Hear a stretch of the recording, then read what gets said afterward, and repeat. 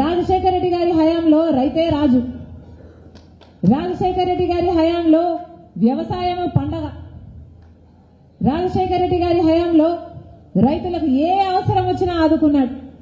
Input subsidy ఇచ్చాడు, విత్తనాల మీద సబ్సిడీ ఇచ్చాడు, డ్రిప్పుల మీద సబ్సిడీ ఇచ్చాడు, ఇంప్లిమెంట్స్ మీద సబ్సిడీ ఇచ్చాడు. పంట నష్టపోతే అద్భుతంగా పంట నష్టపరిహారం కూడా చెల్లించాడు రాజశేఖర రెడ్డి గారు. మరి ఇప్పుడు జగనన్న గారు ముఖ్యమంత్రిగా ఉండి అసలు రైతులకు ఏ రకంగా అయినా సహాయం చేస్తున్నాడా అంటే రాజశేఖర రెడ్డి గారితో పోల్చుకుంటే సున్నా. అసలు రైతులకి పంట వేసుకోవడం దండగా అన్న పరిస్థితికి వచ్చారు.